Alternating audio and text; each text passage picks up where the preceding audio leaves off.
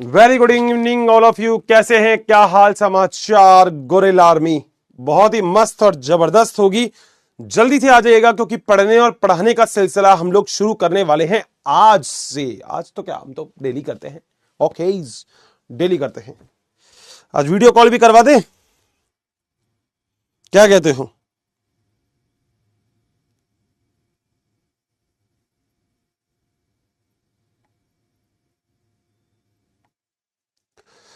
नमस्ते नमस्ते नमस्ते भाई, कैसे हैं सारे के सारे लोग? सभी लोग बिल्कुल मस्त होंगे और जबरदस्त होंगे। जल्दी से आ जाएगा। नमस्कार नमस्कार भाई, नमस्कार। बहुत बहुत बहुत बहुत स्वागत हो आप सभी लोगों का। आज आपके लिए एक बहुत प्यारा सा सरप्राइज और लेके आया हूं मैं, जिससे आप लोगों को मजा आएगा। क्योंकि उन बच्चों को तो मजा आएगा जो बच्चे सच में पढ़ने में ध्यान देते हैं कि हाँ हर्षित सर, मैं तो पढ़ने में ध्यान देता हूं, हर्षित सर मुझे तो मजा आना चाहिए। जल्दी से आ जाइएगा। नमस्ते नमस्ते नमस्ते। हाँ भैया, हाँ वीडियो कॉल के लिए बिल्कुल बोल दिया है। वीडियो कॉल आज करेंगे, आप लोगों से बातचीत करेंगे, बिल्कुल करेंगे आज। जल्दी से, मेरी आवाज पहले बिल्कुल क्लियर है, फटाफट से कर दो एक बार। और एक छोटा सा काम और कर दो, वो दिल का निशान तुम्हें पता है उसके साथ क्या करना है, मुझे नहीं पता, तुम्हें पता है उसके साथ क्या करना है। तो दिल के निशान के साथ वही करो जो तुम्हें पता होना चाहिए। और मैं यहाँ पे स्लाइड मैप भी लगा लेता हूं। मैंने आज स्लाइड मैप नहीं लगाया है, एक बार स्लाइड मैप लगा लेते हैं क्योंकि फिर तुम्हें दिक्कत नहीं आएगी। तुम ये नहीं कहोगे अर्चित सर स्लाइड नहीं दिख रही है, मुझे प्लीज लगा दो ना, ओ प्लीज। ओके, लगा दिया स्लाइड मैप। अर्जुन नीट इसमें क्यों नहीं आ रहा फिर?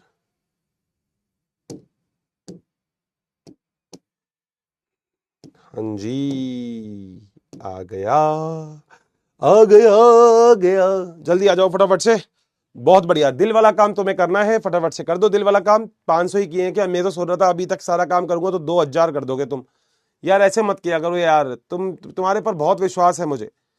और तुम्हें भी पता है यार, तुम्हें पता है, देखो हफ्ते में 2 क्लास आती है, उसके अंदर जितना प्यार हो सके उतना प्यार, मतलब मुझे बोल देना चाहिए। एक दूसरे वाले बैच में 5000 हो गए थे, 5000 कर दिए तो उन्होंने 5000 5000।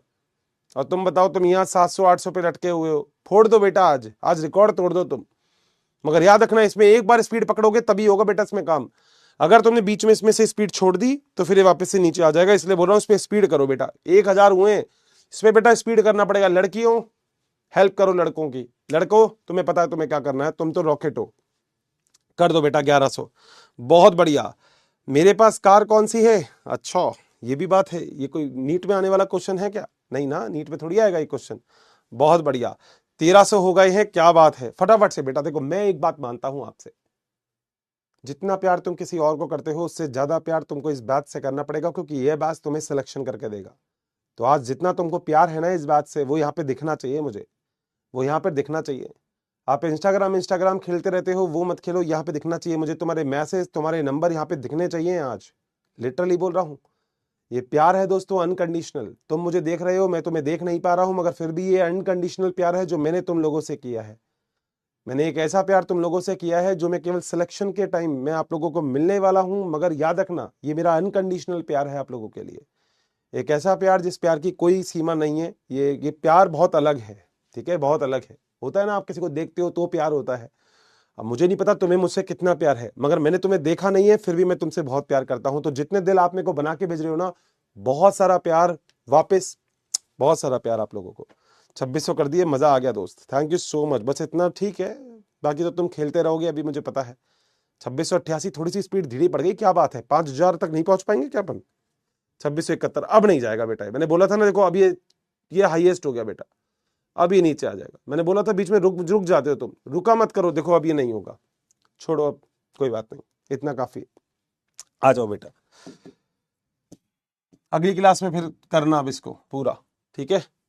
चले अब आगे, पक्का, श्योर, जबरदस्त, जिंदाबाद, शानदार।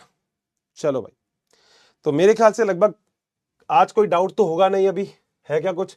वीडियो कॉल बिल्कुल बेटा करेंगे। गोरिल्ला आर्मी बहुत ही बढ़िया। सर वीडियो कॉल बेटा पहले पढ़ा लेंगे फिर करेंगे। सर आप नाटा सर बॉटनी पढ़ा रहे हैं यूट्यूब पर, अरे गजब। नाटा सर को बोलना, नाटा सर हर्षित सर का सलाम है। मतलब होता है ना, दोस्त दोस्त तो दोस्त ही होते हैं बस। सर आप बहुत अच्छा पढ़ाते हो, thank you, good evening sir. Sir आप बहुत अच्छे क्यूट है, बहुत बढ़िया। हर हर महादेव भाई। तुम्हारा नाम लूं? यार ये है ना, जिनका नाम बहुत टिपिकल होता है ना, ये बोलते हैं मेरा नाम लो, है ना। सव्यासी, सिरोथिया, ठीक है। तुम्हारा नाम तो शायद मैंने कल वाली क्लास में भी लिया था, मुझे ऐसा याद आ रहा है। वीडियो कॉल, बिल्कुल वीडियो कॉल, वीडियो कॉल। आप मेरे पास वीडियो कॉल नहीं करते हैं संजना, मैं किसी के पास भी नहीं करता। हाय अब्दुल, है अभय, कैसे हो? आपका क्लास मतलब रसगुल्ला? नहीं बेटा, रसगुल्ला मेरी क्लास का मतलब नहीं है। आप मुझे वीडियो कॉल करो। आप मेरा अंश वर्मा, तुम्हारा नाम ले लिया। सोलेनम बेटा वैरायटी होती है ना, जैसे आप पता है सोलेनम टिब्रोसम, आपने वैरायटी पढ़ी थी जीव जगत के अंदर। सर पहली बार किसी से मिलने पर गुड मॉर्निंग बोला जाता है ना? बिल्कुल, आप मेरे को गुड मॉर्निंग बोल सकते हो, मैं भी आपको गुड मॉर्निंग बोल रहा हूँ, फर्क नहीं पड़ता। हाय नितेश, कैसे हो? नोट्स लेके रेडी हूँ, प्लीज मेरे को वीडियो कॉल कर ले। ये क्या ब्लैकमेल हो रहा है? सर मैं नोट्स लेके रेडी हूँ, ले बेटा। ये ब्लैकमेलिंग देख रहे हो कितनी बड़ी है? मैं नोट्स लेके रेडी हूँ, सिद्धांत पांडे बोल रहा हूँ, मैं नोट्स लेके रेडी हूँ, आप मुझे कॉल कर लो, ठीक है बेटा। चलो सर, कोई को वीडियो कॉल प्लीज, अभी कर रहा हूँ भैया वीडियो कॉल, रुकिए। आप बिल्कुल करेंगे आपको वीडियो कॉल भी। सर मेरे को भी वीडियो कॉल बताओ, इतने को कैसे करूंगा बेटा वीडियो कॉल? तुम नाराज मत होना, इतने बच्चों को कैसे कर पाऊंगा? ठीक है, चैप्टर रिवीजन करवा दो अच्छी तरह से, ये वाला चैप्टर पढ़ा दो। अरे बेटा बिल्कुल करवाएंगे रिवीजन, पहले चैप्टर पढ़ ले, एंड वाली क्लास में पूरे चैप्टर का रिवीजन करवा दूंगा तुझे, ठीक है। Very good evening. हाय अंश, कैसे हो? बहुत बढ़िया। ले बेटा तेरी कॉल लग गई, क्या हाल चाल? नोट्स दिखा, चल तू नोट्स दिखा, आज नोट्स दिखाने वाली बात हुई थी अपनी। नोट्स दिखा बेटा। मेरी आवाज आ रही है देर तक? हेलो, अरे मेरी आवाज आ रही है क्या? अरे आवाज आ रही है क्या? बोलते ही नहीं हो यार। अच्छा आ रही है, आ रही है, रुको एक मिनट रुको, यहाँ से स्पीकर अनम्यूट करना पड़ेगा मुझे शायद। हाँ मेरी आवाज आ रही है आप तक? हेलो दोस्त, अगर आवाज आ रही है तो बोलो कुछ, बोलोगे तभी मुझे सुनाई देगा। नहीं, आवाज ही नहीं आती दोस्त। Very good evening, very good evening, very good evening. चलो बेटा, कहीं भी लिख सकते हो, कोई दिक्कत नहीं है। चले अब आगे, आओ बेटा, म्यूट कर देते हैं वापस से अपन स्पीकर को। अरे उर्मिला पटेल, तेरा नाम भी ले लिया। अरे तुम्हें क्या मजा आता है इस चीज में? सर मेरा नाम ले लो, मेरा नाम ले लो, तुम्हें मजा क्या आता है इस चीज में? कोई मजा आता है तुम्हें? मेरा नाम ले लो, क्या मजा आता है? मतलब तुम्हें को बताना आज मैसेज में, इसमें मजा क्या आता है? कुछ मजा आता है तुम्हें? मैं नाम ले लेता हूँ तो मजा आ गया? और यार तो अर्जित सर ने मेरा नाम लिया, मजा आ गया, अच्छा।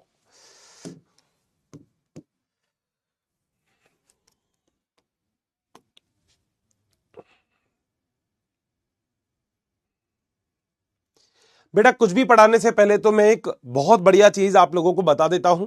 ये मेरे पीछे आप देख रहे होंगे और ये आप लोगों के काम की चीज है। आप में से बहुत सारे बच्चे बोलते हैं कि हर्षित सर हमें थोड़ा सा मेटीरियल वेटीरियल दिलवा दो, मगर बेटा देखो, बिना मेहनत के अगर कोई चीज मिले तो फिर मजा नहीं है ना। मजा उसमें है जब आप मेहनत करो और उसके बाद आपको चीज मिले। तो मेरे ख्याल से आप पढ़ सकते हो कि उपहारों के लिए आप लोगों के लिए अर्जुना, लक्ष्य और यकीन बैच में अब लगातार प्रदर्शन करते रहो। आप लगातार का मतलब देखो क्या है, आपकी उपस्थिति मेजर करी जाएगी कि आप सच में प्रेजेंट हैं या एब्सेंट रहते हैं बहुत ज्यादा क्लास में, पहली बात। दूसरा, आपके जो हर वीक के जो टेस्ट होते हैं उस टेस्ट का रिजल्ट। और तीसरी चीज, आप डीपीपी कितनी करते हो। मेरी क्लास में ऐसा एक बच्चा नहीं होना चाहिए जो डीपीपी नहीं करे। आप विश्वास करना, देखो मैं मेरी तरफ से क्या देने वाला हूं आपको, मैं मेरी तरफ से करने वाला हूं आपको सभी लोगों को गिव अवे। इसका मतलब मैं कुछ चीज आपको देने वाला हूं। मैं क्या देने वाला हूं? मैं मटेरियल देने वाला हूं आपको। और मैं केवल और केवल क्या करने वाला हूं, ये आपको देने वाला हूं 30 जो नीट है ये यूजी ईयर की 2013 से 2025 तक। देखो फ्री में अगर कोई टॉफी भी दे तो मजा आता है, मगर जो मेहनत करके जीता जाए ना उसका तो कहना ही क्या। तो थोड़ी सी मेहनत आपको करनी पड़ेगी इसमें, मतलब बिना मेहनत के तो देखो जीत नहीं सकते। मेहनत करनी पड़ेगी, रेगुलर क्लास लेनी पड़ेगी, डीपीपी सॉल्व करनी पड़ेगी, बिल्कुल करनी पड़ेगी। आप करते भी होंगे मेरे ख्याल से, तो मतलब आपकी बैच से मुझे शिकायत नहीं है, आप बहुत अच्छे हो, टच वुड, बहुत बढ़िया काम कर रहे हो आप। और तीसरा काम अब आपको यह है कि आप अच्छा परफॉर्मेंस आपको देना पड़ेगा टेस्ट के अंदर, ठीक है। तो इसके साथ क्या होगा, अगर आपने तीनों काम कर लिए तो बेटा याद रखना कि यहां पे इन तीनों काम को करने के बाद जो भी छात्र इन तीनों उत्कृष्ट प्रदर्शन करेंगे, शीर्ष स्थान पर रहेंगे, उनमें से जो शीर्ष 5 होंगे उनमें 10 प्रदर्शनकर्ताओं को एक विशेष उपहार से पुरस्कृत किया जाएगा। और उपहार बेटा उपहार होता है, और मुझे पता है आप लोग भी ये चीज जानते होंगे। अर्षित सर गिफ्ट तो गिफ्ट ही होता है सर। आपने देखा होगा ना, दोस्त की शादी, दोस्त की बर्थडे पार्टी में जाते हो, शादी तो कहाँ ही होगी तुम्हारे दोस्तों की, मगर दोस्त की बर्थडे पार्टी में जाते हो और बर्थडे पार्टी में जाने के बाद क्या करते हो, वहां पे उसको गिफ्ट देते हो, बदले में वो तुम्हें एक टॉफी पकड़ा देता है, मगर बेटा खुशी तो बहुत होती है ना। वहां एक बैलून होता है, बड़ा सा बैलून, उसको फोड़ते हैं जब, तो भाई साहब सारे के सारे बच्चे उसके पीछे भागते, देखते हैं कि भैया लूट लाट चलती है, जो भी तुम करते हो तुम्हें पता है ना। तो बस इतनी सी बात है, तो कर देना बस ये वाला काम। आओ जरा आगे चलते हैं।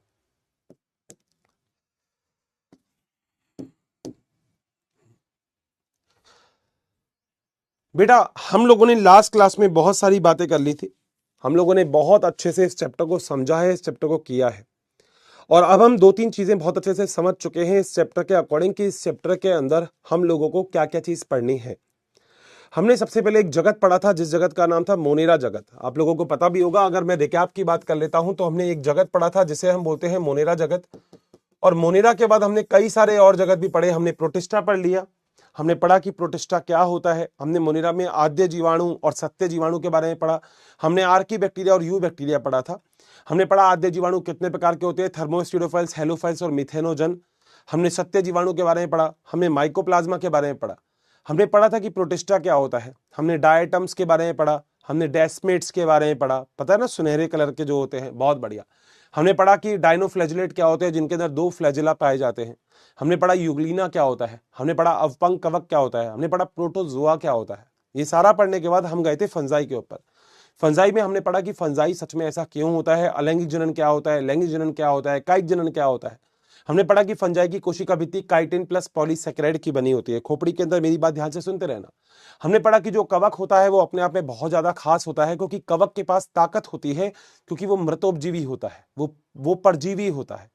वो अगर देखा जाए तो कहीं ना कहीं सहजीविता का संबंध भी रखता है। लाइकेंस वगैरह मैंने बताया था, कवक प्लस शैवाल का। एक माइकोराइजा बताया था, कवक की उच्च पादप की जड़ों के साथ भी एक सहजीविता का संबंध होता है, जिसमें साथ साथ रहते हैं वो। मैंने बताया था 2 प्रकार के कवक होते हैं, एक जिसमें पट पाए जाएंगे, इसमें जिसमें पट नहीं पाए जाएंगे। जिसमें पट नहीं पाए जाते वो तो बेटा हो गया अपना कौन सा, फाइकोमाइसिटीज। अब बाकी जितने भी है वो सारे पटयुक्त हैं। शाखित जिनमें शाखा निकली होगी, अशाखित जिसके अंदर शाखा नहीं होगी। मैंने बताया था ग्लाइकोजन और ऑयल के रूप में, तेल के रूप में भोजन का संग्रह करने का काम करते हैं। तुमको सब कुछ याद है, मगर एक बार रिकॉल करना पड़ता है।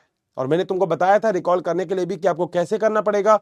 अगर आपकी क्लास हो जाती है, किसी दिन आपकी क्लास नहीं भी है, तो आपको रिवाइज करना है, एनसीईआरटी पढ़नी है।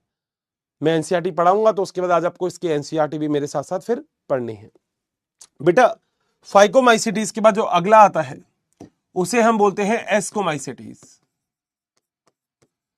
एस्कोमाइसिटीज, अच्छा सर ये भी पढ़ना है, सारे पढ़ने हैं बेटा अपन को। Phyco, asco, basidio, deutero. First ask for basic duty, और वो न्यूमोनिक है बेटा। फर्स्ट का मतलब फाइकोमाइसिटीज, आस्क का मतलब एस्कोमाइसिटीज। आ जाओ बेटा, सबसे पहले एस्कोमाइसिटीज के बारे में कुछ बातें करते हैं, समझते हैं एस्कोमाइसिटीज को। आओ, सबसे पहली बात बेटा, ये अपघटक होते हैं।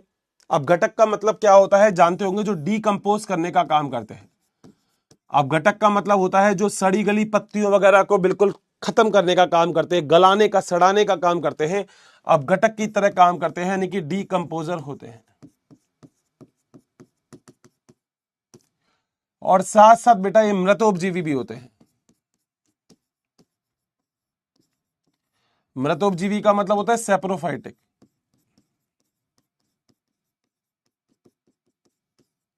बोलो बात सही है। मैंने आपको लिखवाया था कि ये गोबर के अंदर उपस्थित होते हैं। अगर थोड़ा सा पुराना गोबर देखोगे तो आपको मिलेगा। तो गोबर यानी कि जिसे हम बोलते हैं, गोबर को क्या बोलते हैं, डंग बोलते हैं। गोबर यानी कि डंग में उपस्थित होते हैं। बोलो बात सही है। ये पटयुक्त होते हैं और शाखित होते हैं। अब तो आपको पता होगा पटयुक्त क्या होता है, शाखित क्या होता है, सब कुछ सब पढ़ चुके हैं अपन। पटयुक्त व शाखित संरचना होती है इनकी, ठीक है। इसमें कायिक जनन पाया जाता है। इसमें कौन सा जनन होता है, कायिक जनन होता है। तीनों तरीके से होता है, खंडन के द्वारा भी, विखंडन के द्वारा भी, और मुकुलन के द्वारा भी। सही है। हम सारी चीजें पढ़ चुके हैं, मैंने आपको सब कुछ पढ़ा दिया है, और वो भी बिल्कुल डिटेल में पढ़ा दिया है विद डायग्राम। सब कुछ है अब आपके पास। ऐसा कोई भी वर्ड में लिखूंगा ही नहीं जो अब आपने नहीं पढ़ा होगा। सही है। बेटा एस्कोमाइसिटीज को थैली कवक भी कहते हैं, सैक फंजाई भी कहते हैं, सैक फंजाई, इसका दूसरा नाम है थैली कवक। सर मजा आ गया सर, सारे पॉइंट सर यहीं से आपके नोट से, मैं बोल रहा था इसके बाहर से कुछ भी नहीं जाएगा। बताओ क्या यहां तक पॉइंट क्लियर है? पक्का? आ जाओ आगे। कायिक जनन के बाद एक और जनन होता है जिसे हम बोलते हैं अलैंगिक जनन।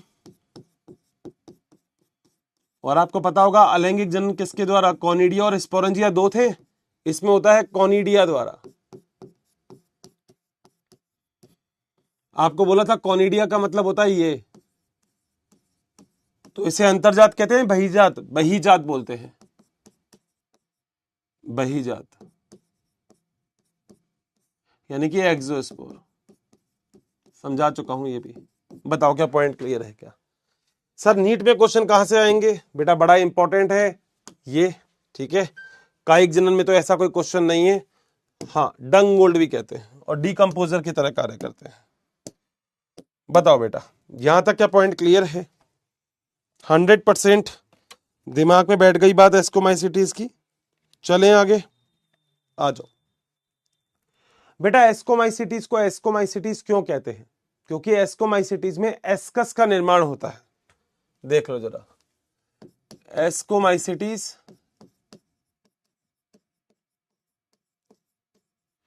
में एस्कस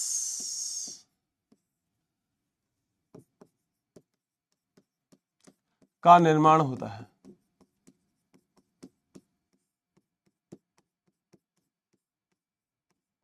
बोलो बात सही है? एस्कोमाइसिटीज में किसका निर्माण होता है? एस्कस का। तो अगर एस्कोमाइसिटीज में एस्कस का निर्माण होगा तो इसे हम एस्कोमाइसिटीज कहेंगे। एनसीईआरटी में डायग्राम है नहीं, ढूंढने की कोशिश मत करना, मगर भाई ये तुम्हारे साथ टेंशन काहे को लेते हो? अपन समझाएंगे। देखो इसका डायग्राम देखो। मान लो बेटा एक ये कवक है जिसका ये केंद्रक है, एक ये कवक है जिसमें ये केंद्रक है। अब तो बताने की जरूरत ही नहीं है, मैंने बताया कि कवक पटयुक्त होते हैं। सर बहुत बढ़िया। सबसे पहला प्रोसेस आपको बताया था जिसे हम बोलते हैं प्लाज्मोगेमी। याद आ गया? लैंगिक जनन, प्लाज्मोगेमी। तो ये सारा का सारा है लैंगिक जनन। मैंने बोला था बेटा बायोलॉजी डायग्राम से खत्म कर देंगे अपन, डायग्राम से। और मैंने मेरे ख्याल से देखो तुम्हारे कमेंट्स होते हैं जो मैं पढ़ता रहता हूं, लिटरली इतने प्यारे प्यारे कमेंट्स तुम लिखते हो ना कि हर्षित सर आपने सच ये प्रॉमिस किया था कि आपने थ्योरी खत्म कर दी डायग्राम से। और मैं लिटरली बता रहा हूं, इससे अच्छा एक्सप्लेनेशन तुमको कहीं नहीं मिलेगा, तुम्हारे मॉड्यूल में भी नहीं मिलेगा। तो सामने देखते रहना क्योंकि तुमने सब कुछ पढ़ रखा है। प्लाज्मोगेमी का मतलब प्लाज्मा झिल्ली का संलयन हो गया बेटा। यानी कि देखो ये हो गया, ये हो गया, ये हो गया, ये हो गया। बोलो बात सही है? और सारे के सारे कैसे हैं? सारे के सारे पटयुक्त हैं। बोलो बात सही है? पक्का? ये आपको पता होगा कितने केंद्रक दिख रहे हैं इसमें? 2। तो इसको बोलते हैं डाइकैरियोन। अब जिसने बेटा पुराने लेक्चर देखे होंगे उसको कोई दिक्कत नहीं है, जिसने नए लेक्चर नहीं देखे पुराने तो बेटा वो तो कहेगा ये क्या हो गया। अब बेटा क्या होता है आगे वाली स्थिति में? एस्कस का निर्माण होता है, एस्कस का निर्माण, जिस वजह से इसको एस्कोमाइसिटीज कहते हैं। कैसे होगा? ये और ये निर्माण होता है। देखो ये एक केंद्रक यहां और एक केंद्रक यहां, ये जो संरचना बनती है इसे हम बोलते हैं एस्कस। बोलो बात सही है? और इसमें क्या होता है, जो दोनों केंद्रक होते हैं दोनों केंद्रक ऊपर पहुंच जाते हैं। डन है? क्या किया था प्लाज्मोगेमी के बाद? सर हमने किया था कैरियोगेमी। दोनों को बेटा संलयन कर दो। अगला यहां लिख रहा हूं, लिख देता हूं कैरियोगेमी। अब तो तुम्हें पता ही है कैरियोगेमी का मतलब ऐसे बनाना है, ऐसे बनाना है, ऐसे बनाना है, ऐसे करना है, ऐसे करना है, ये यहां बनाना है, ये यहां बनाना है और दोनों का संलयन कर देना है। बोलो बात सही है? पुराना जिसने लेक्चर देखा होगा वो जानता है ये भी एन था, ये भी एन था, ये भी एन है, ये भी एन है, तो ये भी अगुणित, ये भी अगुणित, ये भी अगुणित, ये भी अगुणित, तो ये भी अगुणित, ये भी अगुणित, ये भी अगुणित, ये भी अगुणित, और दोनों अगुणित मिला के क्या बन गया? द्विगुणित। याद आ गया? सब कुछ बनाया हुआ है तुमने, मैं कुछ एक्स्ट्रा नहीं पढ़ा रहा, इसको डिटेल से समझा चुका हूं तुम्हें लैंगिक जनन को। केवल इसमें एक फर्क आया, एक फर्क अभी तक, क्या? एस्कस का निर्माण। ये है जिसकी वजह से इसको एस्कोमाइसिटीज कहते हैं। एस्कस का निर्माण। ये जो घुंडी के समान, ये ऊपर के समान संरचना निकल रही है, इसे ही एस्कस बोलते हैं, इसलिए इसे क्या बोलते हैं, एस्कोमाइसेटीज। बोलो क्या यहां तक काम हो जाएगा? अब अगर आपको याद हो तो मैंने बोला था फलनकाय, फ्रूटिंग बॉडी। हर्षित सर हमें तो याद ही नहीं रहता कुछ, हम क्या करें? तो बेटा देखो याद तो रखना पड़ेगा, नहीं तो आपने यहां पे एक चीज देखी थी, आपने देखा था फलनकाय के आधार पर। फलनकाय जानते हो क्या होता है? फलनकाय का मतलब क्या होता है? फलनकाय का मतलब होता है कि फ्रूटिंग बॉडी। अब सर ये फलनकाय होती क्या है सर? आपने तो कल भी नहीं समझाई थी इसको, फलनकाय को आज समझा दो बढ़िया से। लो बेटा, फलनकाय का मतलब दोस्त क्या होता है? फलनकाय देखो ये होती है, ये जो संरचना आपने बना दी, इसके चारों तरफ बेटा ऐसी एक संरचना होती है जो इसकी सुरक्षा प्रदान करने का कार्य करती है। ये इसे बोलते हैं फलनकाय। थोड़ा सा और इसको हैवी कर देते हैं। लो ये क्या है बेटा? ये है फलनकाय, जिसे हम इंग्लिश में बोलते हैं फ्रूटिंग बॉडी। बोलो बात सही है? इसका दूसरा नाम और होता है जिसे हम बोलते हैं एस्कोकार्प।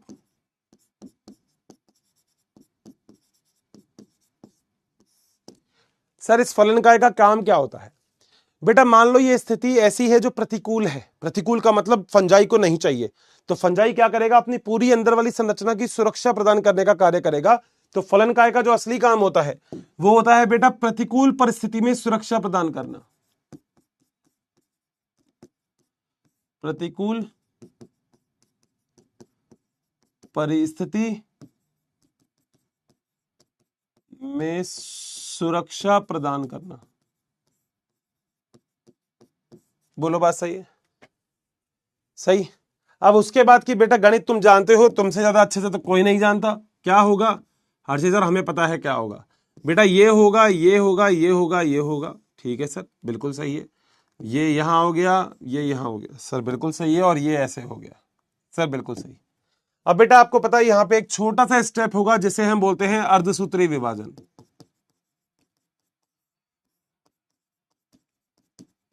और अर्धसूत्री विभाजन के द्वारा बोलो कितने बन जाएंगे? यहाँ पे 4 बन जाएंगे। बोलो बात सही है? ये चारों चीजें क्या है? ये है बीजाणु। बोलो क्या यहां तक पॉइंट सभी लोगों को क्लियर है? मैं फिर बोल रहा हूं एनसीईआरटी में डायग्राम नहीं है इसका, मगर एनसीईआरटी की थ्योरी में भर भर के है। तो अगर तुमने थ्योरी को पढ़ना है तो बेटा तुम फ्री हो, कोई दिक्कत नहीं है। मगर अगर तुम्हें डायग्राम से थ्योरी क्लियर करनी है तो मेरे पास डायग्राम है। अब क्या होगा बेटा, जब कंडीशन सही हो जाएगी, यानी कि अनुकूल परिस्थिति में, अनुकूल परिस्थिति में फलनकाय फट जाती है। फलनकाय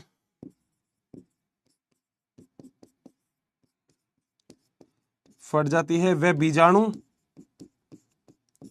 मुक्त हो जाते हैं।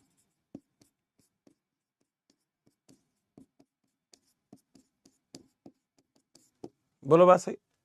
फलनकाय फट गई बेटा, बीजाणु मुक्त हो गए। ये रे बेटा बीजाणु।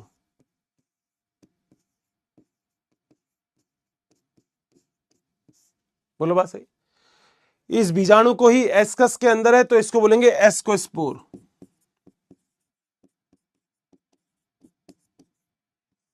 सही है। अब बीजाणु क्या करेंगे बेटा? बीजाणु वापस से एक नए कवक का निर्माण करेंगे। यहां पे ये लिख दिया, नए कवक का निर्माण।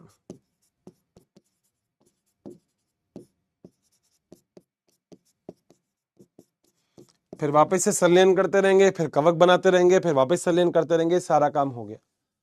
याद करना, मैंने बस आपको 3 स्टेप बताए थे, प्लाज्मोगेमी, कैरियोगेमी, मियोसिस। यही बताया था लैंगिक जनन के अंदर। अपने नोट्स में चेक करा करो, सब कुछ आपके नोट्स के अंदर सब कुछ है।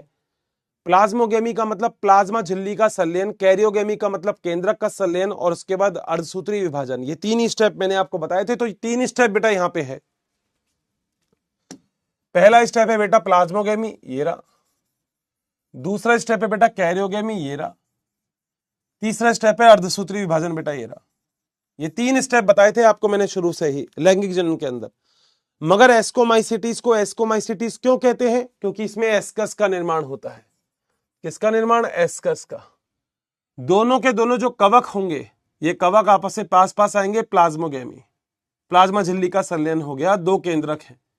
अब इन दोनों केंद्रक को यहीं संलयित मत करना, पहले एस्कस बनाना, एस्कस के अंदर दोनों केंद्रक को ले जाओ, ले गया। अब केंद्रक का संलयन कर दो, कैरियोगेमी। उसके बाद बाहर की तरफ प्रोटेक्शन के लिए फलनकाय बना दो, जैसे हम फ्रूटिंग बॉडी बोलते हैं। सही बात है, कोई ऐसा रॉकेट साइंस है ही नहीं बेटा। अब यही चीज एनसीईआरटी लिखती है, उसने लिख रखी है थ्योरी भर भर के, मगर तुम्हारे पास ये डायग्राम है, अर्धसूत्री विभाजन हो जाएगा, 1 से 4 बीजाणु बन जाएंगे, इन बीजाणु को बोलते हैं एस्कोस्पोर। बोलो बात सही है। उसके बाद जब परिस्थिति सही होगी, जब कवक को लगेगा अब कोई दिक्कत नहीं है, बाहर बहुत बढ़िया वातावरण है, अब कोई टेंशन नहीं है, तो बेटा कवक अपने बाहर वाली फलनकाय को फाड़ देगा, सारे अंदर से बीजाणु बाहर आ जाएंगे। इन बीजाणु के द्वारा नए कवक का निर्माण होगा, नया कवक फिर जनन करेगा, फिर प्रोसेस चलता रहेगा चलता रहेगा चलता रहेगा। ये इनका लैंगिक जनन है, इनका जीवन चक्र है। बताओ क्या पॉइंट क्लियर है क्या?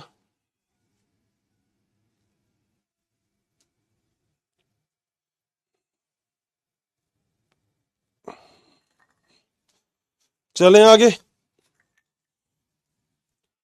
कोई दिक्कत? मजेदार, आ जाओ। मगर बेटा ये ऐसी चीज इतनी आसान नहीं है, इसमें सबसे इंपॉर्टेंट होता है उदाहरण याद करना। आपको याद है मैंने फाइकोमाइसिटीज का उदाहरण बताया था, रैंप, तो अब तो आप समझ गए होंगे रैंप का मतलब क्या होता है। ठीक है, अब आ जाओ। आज अपन को याद करना है यहां पे कि तुम कौन से कलर से, इससे लिखते, सबसे लिखना है अपन को। ठीक है, कि तुमको कैसे लिखते हो, टी और एम, तुम। और एक लड़का है, मान लो उस लड़के का नाम है प्रशांत, तो तुम प्रशांत, तुम लड़के का नाम है प्रशांत। बोलो बात सही। चलो, चलो क्या होता है, चलो का मतलब है सी। और कहां चलना है बेटा, छोटी मोटी जगह नहीं लेके जाएंगे। आपको पता है इंडिया का एक अंतरिक्ष का वो है, अंतरिक्ष का जो रिसर्च करते हैं, इसरो। ऐसे ही बेटा अमेरिका का भी है, नाम है नासा। तो बेटा चलो नासा, तो नासा लिखना है बस यहां पे, एन ए एस ए, बस ये याद करना है, तुम्हारा सारा काम हो गया। ये याद करना है तुमको बस। जिसको ये नहीं याद हो रहा बेटा, तो वो सारे के सारे नाम याद कर लेना। अब यूं मत पूछना ये है क्या, मैं फिर बता रहा हूं, ये न्यूमोनिक्स होते हैं जो याद करने के लिए बहुत सही होते हैं।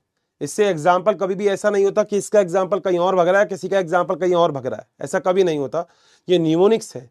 इसका मतलब है कि इसका एग्जाम्पल अब आपको यहीं आसानी से याद हो जाएगा। अब आपको एग्जाम्पल्स याद करने के लिए दिक्कत नहीं आएगी। जैसे आपने रैंप याद किया था, तो बस लिख के तो बेटा एक बार तो याद करना पड़ेगा। आर का मतलब राइजोपस होता है, ये तो याद करना पड़ेगा। तो यहां पे है तुम प्रशांत चलो नासा। ठीक है बेटा। सर सबसे पहला क्या है, सबसे पहला है बेटा टी। टी से एक वर्ड निकला है जिसे हम बोलते हैं ट्रफल।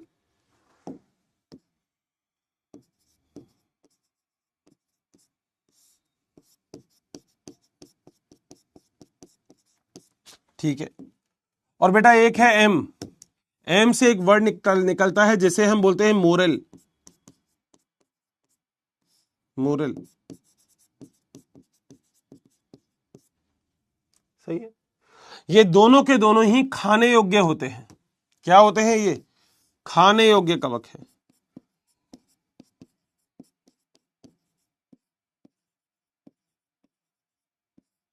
नीट में बढ़िया क्वेश्चन आ सकता है एस्कोमाइसिटीज का, ऐसा कौन सा एग्जाम्पल है जो खाने योग्य है? तो बेटा पूछना मत अगल बगल में, तुमको याद होना चाहिए मोरल और ट्रफल ये दोनों खाने योग्य हैं, आप इसको आसानी से खा सकते हो। सर बहुत बढ़िया। आगे, आगे है बेटा पी। आ जाओ बेटा, पी का मतलब होता है पेनिसिलिन। शायद कभी नाम भी सुना होगा इसका, पेनिसिलिन। पेनिसिलिन जो होती है ये प्रतिजैविक होती है।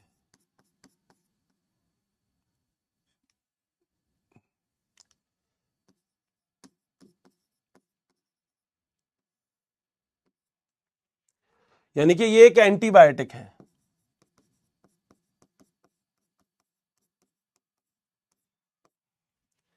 सब जानते होंगे एंटीबायोटिक क्या होता है। जो किसी एक जीव से निकलती है, किसी दूसरे जीव को मार देती है, उसे एंटीबायोटिक कहते हैं। जैसे कभी कभी गला खराब हो जाता है तो हम एजिथ्रोमाइसिन को खाते हैं, वो भी एक प्रतिजैविक है। याद रखना, इस प्रतिजैविक की खोज जो है वो द्वितीय विश्व युद्ध के समय हुई, सर अलेक्जेंडर फ्लेमिंग ने की थी। तो इसकी जो खोज है, यहां लिख देता हूं, खोज द्वितीय विश्व युद्ध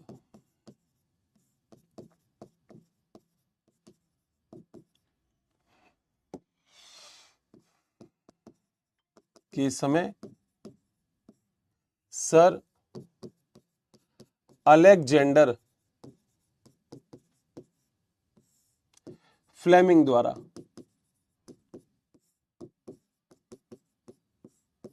सही है।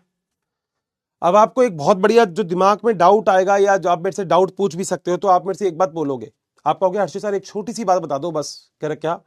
कह रहे अलेक्जेंडर फ्लेमिंग ने इसको खोजा कैसे? बेटा, अलेक्जेंडर फ्लेमिंग एक वैज्ञानिक थे जिन्होंने द्वितीय विश्व युद्ध के समय मतलब काम किया था किसी डिजीज के ऊपर, न्यूमोनिया वगैरह के ऊपर काम किया था। तो इन्होंने क्या किया था, जैसे कई बार होता है ना, जब दिवाली की सफाई होती है या हम घर में सफाई कर रहे होते हैं तो हम झाड़ू लेते हैं और बेड के नीचे लगाते हैं, तो हम ढूंढ तो कुछ रहे होते हैं और मिल कुछ और जाता है। मान लो तुम ढूंढ तो पहन रहे हो मगर तुम्हें 100 रुपए का नोट मिल गया, तो तुम कहते हो वाह लॉटरी लग गई। ऐसे ही बेटा है, ढूंढ तो कुछ रहे थे मगर इनको मिल कुछ और गया। ये नहीं ढूंढ रहे थे। पेनिसिलिन, अगर तुमसे कोई पूछे कि सबसे पहली एंटीबायोटिक, प्रथम प्रतिरक्षी कौन सी थी जो कवक के द्वारा खोजी गई, वो पेनिसिलिन थी। तो कोई भी अगर पूछता है तो आपके पास आंसर होना चाहिए कि ये क्या है, प्रथम प्रतिजैविक जो कवक द्वारा खोजी गई। कोई अगर पूछता है कि वो पहली प्रतिजैविक कौन सी थी जो कवक के द्वारा खोजी गई थी, तो बेटा आपका आंसर है पेनिसिलिन। ये भी इंपॉर्टेंट, ये भी इंपॉर्टेंट। आप खुद देख लो, आप कुछ भी चीज को नजरअंदाज नहीं कर सकते बेटा।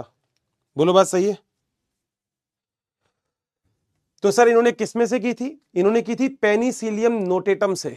ठीक है, एक और पॉइंट लिख देता हूं, प्रतिजैविक की खोज पेनिसिलियम नोटेटम से की। बोलो बात सही? पक्का नहीं मिलेगा एनसीईआरटी में इतना, तो जितना मैं लिखवा रहा हूं इतना तो आपको याद ही करना है। चले आगे, कोई दिक्कत तो नहीं है, मतलब क्लियर कर दोगे ना? ठीक है। तो पी का मतलब हो गया पेनिसिलिन। सर बहुत बढ़िया सर। सर आगे चल सकते हैं? हाँ बेटा आगे आओ बेटा। सी, सी से एक वर्ड निकलता है, नाम होता है उसका क्लेविसेप।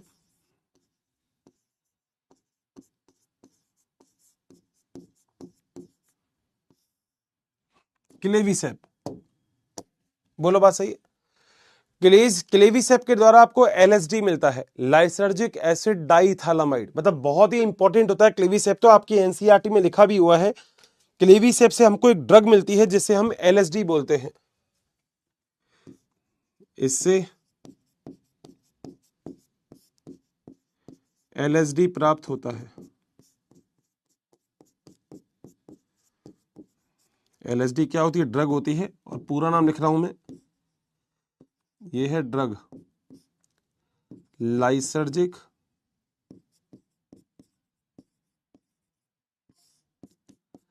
एसिड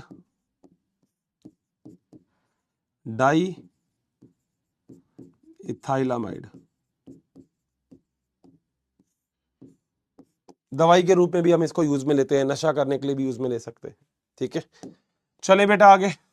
यहां तक बताओ सारे पॉइंट क्लियर हो गए क्या? एन, बेटा एन से एक और वर्ड निकलता है, उसका नाम है न्यूरोस्पोरा।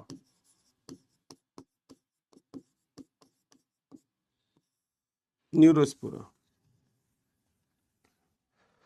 बोलो बात सही है?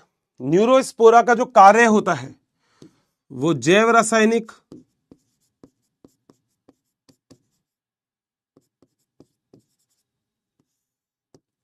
व आनुवांशिकी में उपयोग होता है, लेबोरेटरी में उपयोग होता है इसका।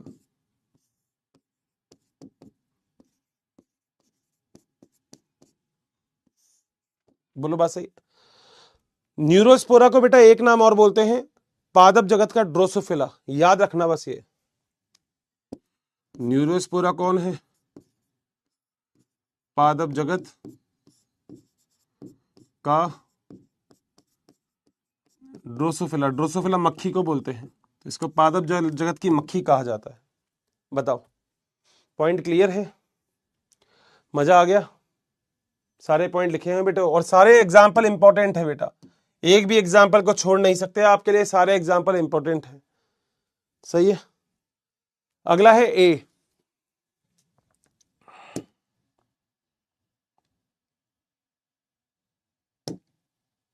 ए और एक है एस। ये लास्ट वाला जो ए बचता है बेटा, ये तो एस्कोमाइसिटीज होता है, मगर ये जो इससे पहले ए है, ये है एस्परजिलस नाइजर, सिट्रिक एसिड का निर्माण करते हैं इससे। ये है बेटा एस्परजिलस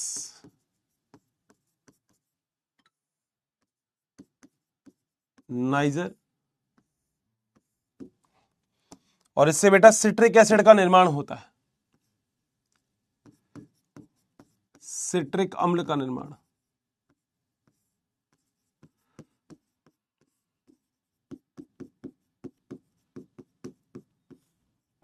बोलो, क्लियर है? इसे प्रयोगशाला की खरपतवार भी बोला जाता है। एस्परजिलस नाइजर क्या होती है? प्रयोगशाला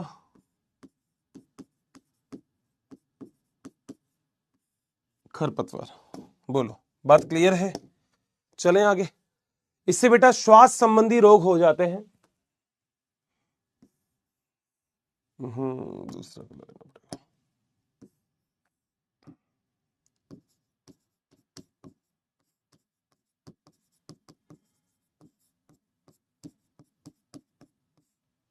बोलो, क्लियर है बेटा?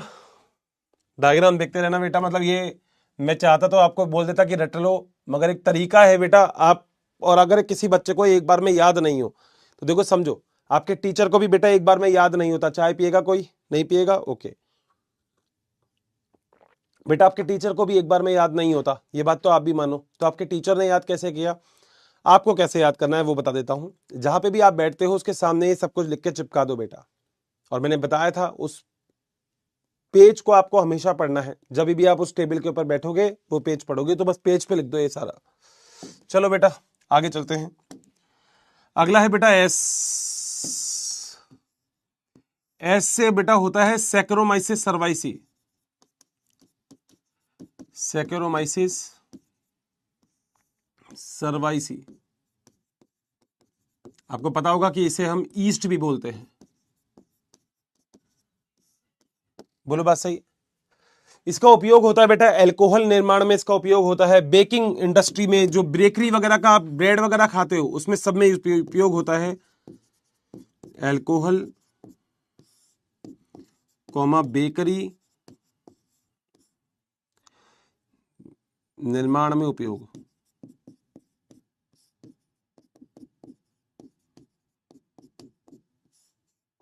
बोलो बात सही।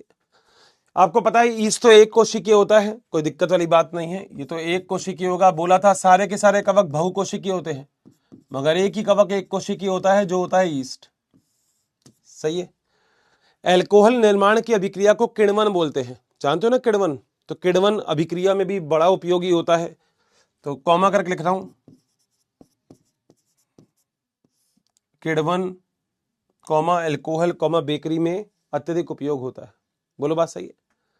ये बेटा अवायवीय श्वसन भी कर सकता है ऑक्सीजन की उपस्थिति में।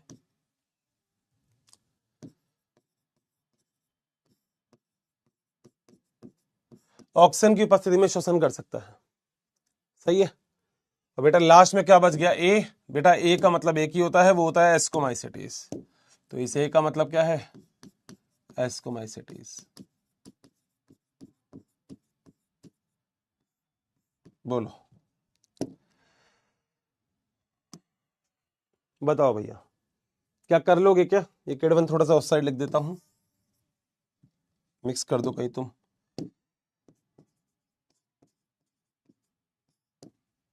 सही है।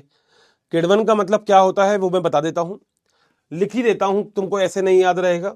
अगर मैं कभी भी बेटा आपसे बोलता हूं किड़वन, यहां लिख देता हूं बेटा, तो किड़वन का मतलब क्या होता है? मान लो आपके पास कोई भी कच्चा माल है, कुछ भी रॉ मटेरियल है, उससे आपको उत्पाद बनाना है, तो किड़वन में बेटा क्या करोगे? सूक्ष्मजीव तो पाए जाएंगे, सूक्ष्मजीव तो प्रेजेंट होंगे, मगर बेटा यहां पे एक चीज एब्सेंट होगी, क्या? ऑक्सीजन एब्सेंट है, ऑक्सीजन अनुपस्थित है। इसे ही किण्वन बोलते हैं। वैसे तो तुम केमिस्ट्री में पढ़ोगे या कहीं पे किण्वन के बारे में पढ़ोगे, मगर यहां पे तो बेटा मैंने कहा चलो लिखवा देते हैं किण्वन थोड़ा सा। बताओ ये याद हो गया क्या? तुम प्रशांत चलो नासा, तो प्रशांत को बेटा नासा लेके चलेंगे और प्रशांत को बताएंगे कि क्या क्या चीजें होती है। ये प्रशांत पूरी की पूरी बात समझ लेगा। प्रशांत कहेगा मजा आ गया, क्या बात है, ये अपन को आसानी से याद कर सकते हैं। सही है। अब एक दो चीजें और सुन लो। अगर आपसे ये कहे कि प्रतिजैविक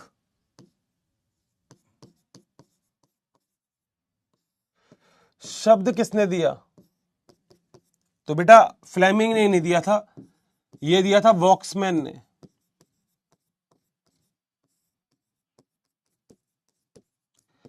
तुम्हारी एनसीईआरटी में है नहीं, मगर इसका एक बहुत प्यारा क्वेश्चन आ सकता है। क्वेश्चन आ जाएगा कि प्रतिजैविक शब्द किसने दिया। पहला ऑप्शन ही होगा क्या? क्या होगा पहला ऑप्शन? पहला ऑप्शन ही होगा क्या? फ्लेमिंग। और तुम फ्लेमिंग पे टिक मार आओगे, मगर गलत हो जाएगा। फ्लेमिंग ने पहली प्रतिरक्षी खोजी थी कवक से, नाम नहीं दिया उसने। प्रतिजैविक शब्द किसने दिया? वॉक्समैन ने दिया। सही है। पहली प्रतिजैविक कवक के द्वारा कौन सी है सर? पेनिसिलिन। ठीक है। और प्रथम प्रतिजैविक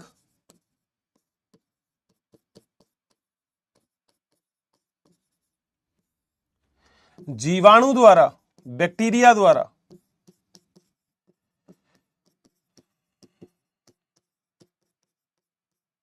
ये कौन सी है बेटा? ये है स्ट्रेप्टोमाइसिन।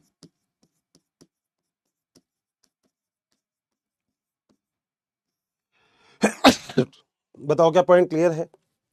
याद देखो एक बात समझना, मैं आपको सारी चीजें जो इंपॉर्टेंट मुझे लगती है ना, मैं कुछ भी छोड़ता नहीं हूं। मेरे को लगता है कि ये आपके पास आपके नोट्स में होना चाहिए। आप 100% बोल रहा हूं, जो भी बच्चा इस चैप्टर को पढ़ ले, आपका कोई भी दोस्त हो, उससे पहला ये पूछना कि प्रतिजैविक शब्द किसने दिया, वो 100% आपको फ्लेमिंग ही बोलेगा। गलत है। वॉक्समैन ने दिया था। प्रतिजैविक शब्द वॉक्समैन ने दिया था। एंटीबायोटिक वर्ड जिसने दिया था, एंटीबायोटिक, वो बेटा वॉक्समैन थे। नीट के एग्जाम में क्वेश्चन आ जाए कि कवक के द्वारा पहली प्रतिजैविक कौन सी थी, आंसर है तुम्हारे पास, कौन सी? पेनिसिलिन। नीट के एग्जाम में क्वेश्चन आ जाए, ध्यान से पढ़ना, जीवाणु के द्वारा पहली प्रतिजैविक कौन सी थी, आंसर है स्ट्रेप्टोमाइसिन। बताओ क्या पॉइंट क्लियर है क्या? छोटी छोटी चीजें हैं मगर मजेदार हैं, आसानी से कर सकते हो, कहीं कोई दिक्कत नहीं आएगी। चैट बॉक्स ओपन कर दिया है, बताओ क्या पॉइंट क्लियर है? बिल्कुल जल्दी बता दो।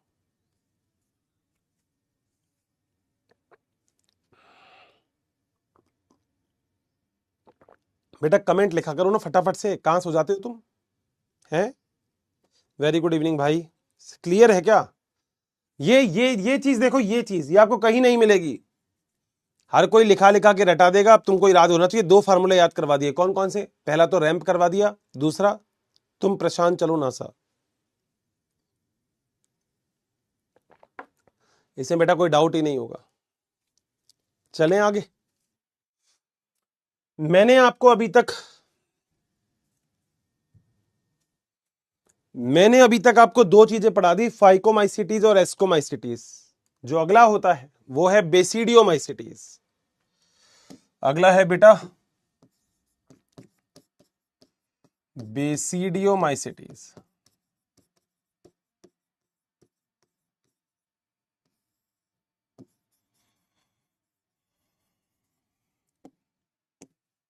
आसान है ना, मुश्किल वाली बात तो नहीं है। देखो थोड़े बहुत नाम तो याद करने पड़ेंगे। अब न्यूरोस्पोरा, क्लेविसेप, पेनिसिलिन, मोरल, ट्रफल याद करने पड़ेंगे। नाम तो याद ही करने पड़ेंगे, उसमें तो समझाने का कुछ नहीं है नाम में तो, मगर कैसे याद करने हैं वो तरीका मैंने तुम्हें दे दिया। समझ रहे हो मेरी बात? जा रही है ना खोपड़ी में बात? तो बस इतनी सी बात जानी चाहिए जो मैं बोल रहा हूं, बस और कुछ नहीं। ये कैसे होते हैं? अपघटनकारी होते हैं, वे मृतोपजीवी, वे परजीवी होते हैं। बोलो बात सही।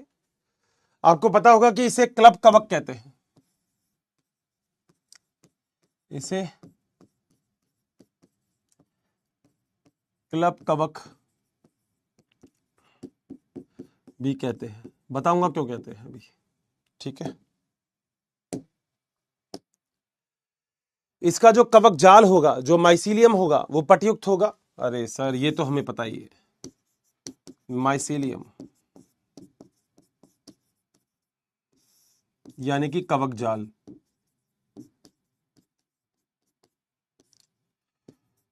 पटयुक्त होगा, वह शाखित होगा। पटविहीन केवल एक ही है, फाइकोमाइसिटीज, बाकी सारे के सारे पटयुक्त हैं। सर मजा आ गया सर, गजब हो गया, गजब गजब गजब। बोलो बात सही है। ये बेटा मृतोपजीवी भी हो सकते हैं,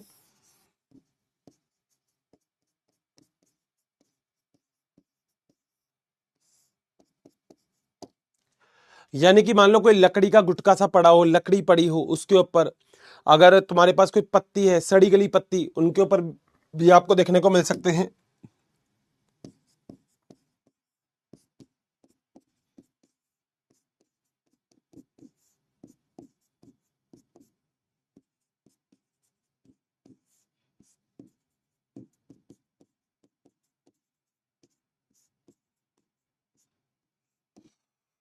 बोलो बात सही है।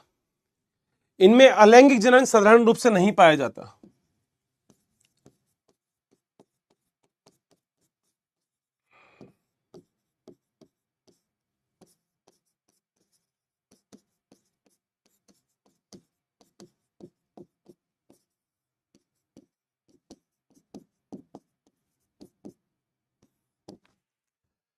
जो इनमें कायिक जनन होता है वो विखंडन के द्वारा होता है।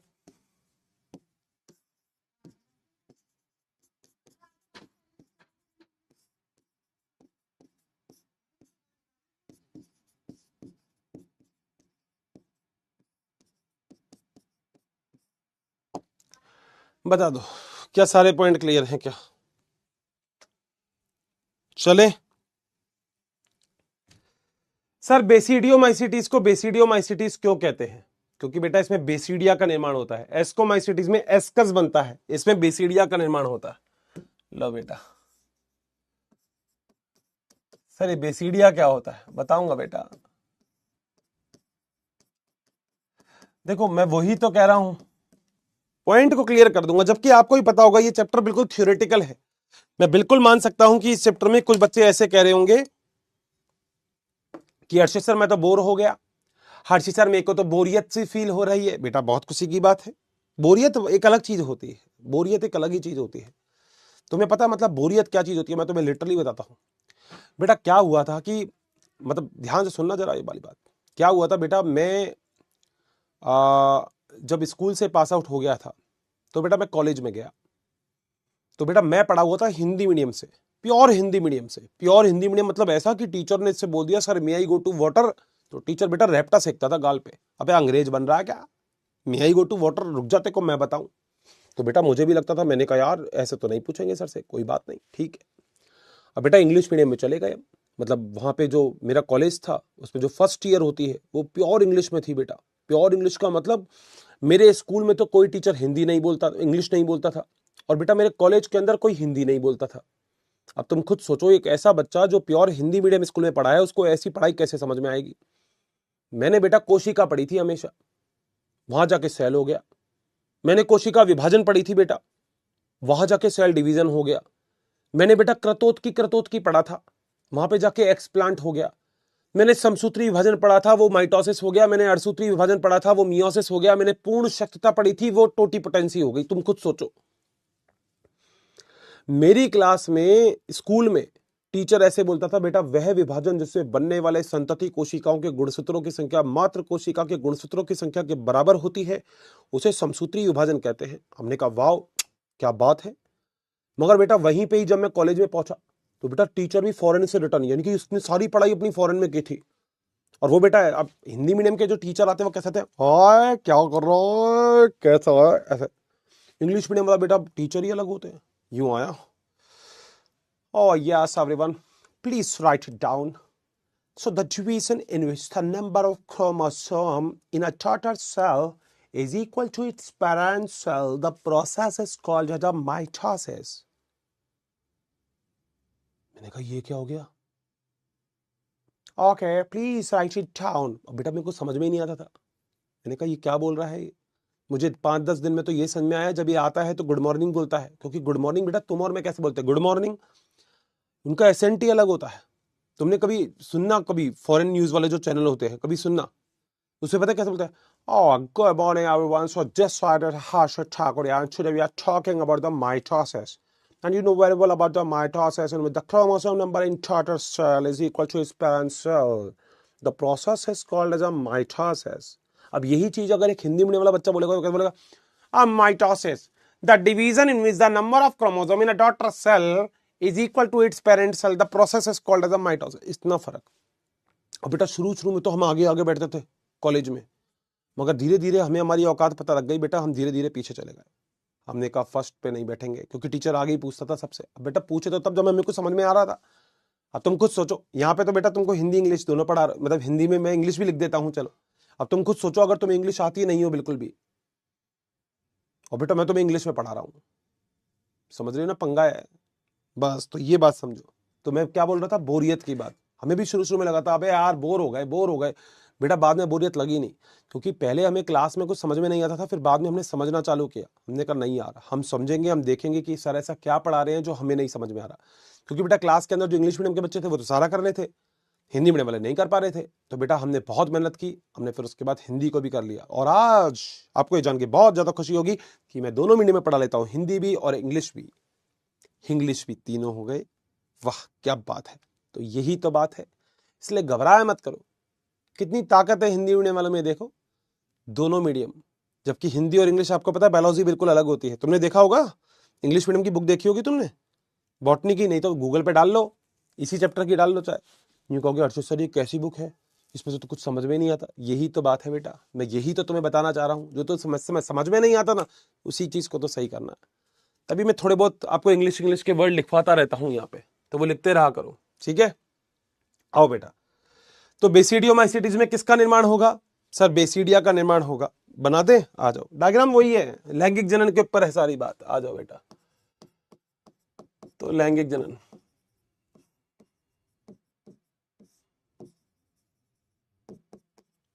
बनाऊं जरा डायग्राम। आओ बेटा, अब तो डायग्राम में दिक्कत नहीं होगी। देखो ये एक कवक, ये दूसरा कवक, ये पट, ये दो केंद्रक, सही है। पहला प्रोसेस आ गया प्लाज्मोगेमी। प्लाज्मोगेमी का मतलब ये ऐसे बना लो, ये कर दो, ये कर दो, दो केंद्रक है। बोलो पहला प्रोसेस सेम है, ठीक है। अब बेटा जो अगला प्रोसेस है उसमें आप बेसिडिया का निर्माण कर दो।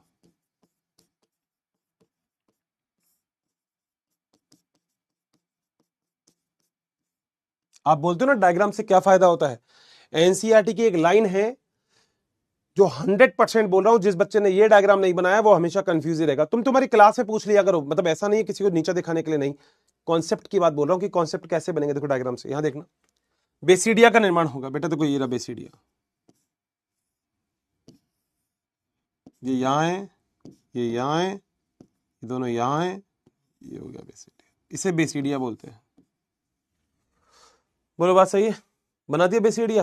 अरे सर मजा ही आ गया, डायग्राम ही बहुत प्यारे बन रहे हैं। अरे इसके बाद ये जो दोनों केंद्रक है बेटा, इसको ऊपर ले जाओ वापस, जैसे उसमें किया था, एस्कोमाइसिटीज में किया था, सेम टू सेम है।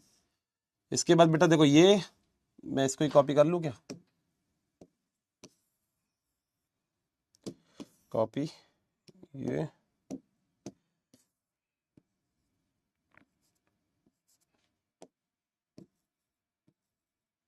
बोलो बात सही है, केंद्रक को ऊपर ले गए।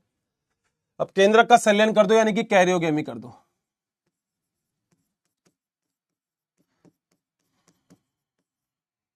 जानते हो ना कैरियोगेमी कैसे होगी? अरे सर अब तो हर्षित सर हम तो खुद ही इंटेलिजेंट हो चुके, डायग्राम हमारे खुद के दिमाग में बन जाते हैं अब तो जरूरत ही नहीं है सर। ये लो बेटा, हो गई कैरियोगेमी,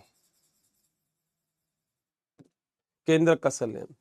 यानी कि अगर ये एन है, ये एन है, ये एन है, ये एन है, ये भी एन है, एन है, एन है, एन है, एन है, N N N N N N N N N N, तो ये क्या हो गया? ये हो गया 2n, केंद्रक का संलयन हो गया।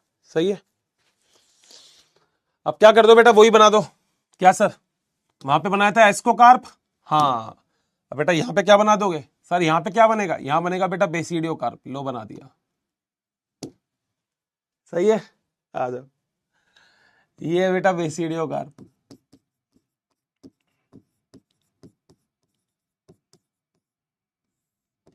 वही बताया आपको क्यों बनेगा, प्रतिकूल परिस्थिति में सुरक्षा करने का कार्य करेगा। जैसे वहां एस्कोकार्प था या बेसिडियोकार्प है।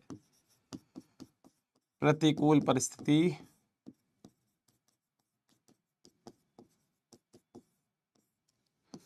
में सुरक्षा प्रदान करता है।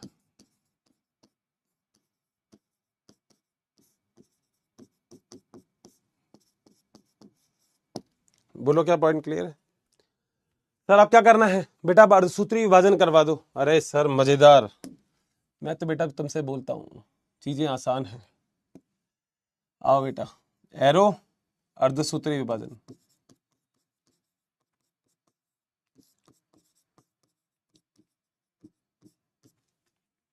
ये ये ये केंद्रक, ये केंद्र। सही है, ये ऐसे बनाया है ना। अब देखो जरा, यहां पे बेटा ऐसे बनाना है, अब ऐसे बाहर की तरफ निकालने हैं। ठीक है, बना दोगे? इसके अंदर स्पोर बना दो। इसे बोलते हैं बेसिडियो स्पोर। वहां एस्को स्पोर था, ये है बेसिडियो स्पोर। और बाहर की तरफ वो फ्रूटिंग बॉडी तो होगी होगी।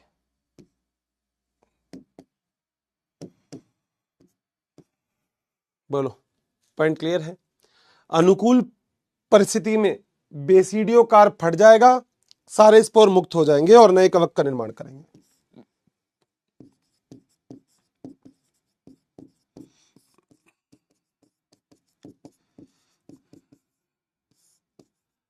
परिस्थिति में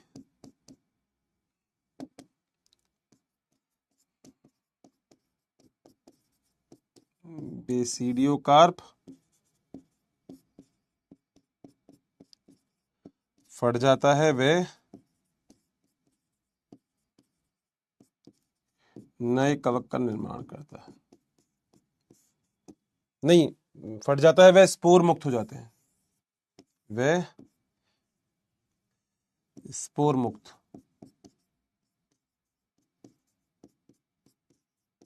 हो जाते हैं। ठीक है बेटा, ये रे बेटा स्पोर, और इस स्पोर से वापस से नए कवक का निर्माण होता है।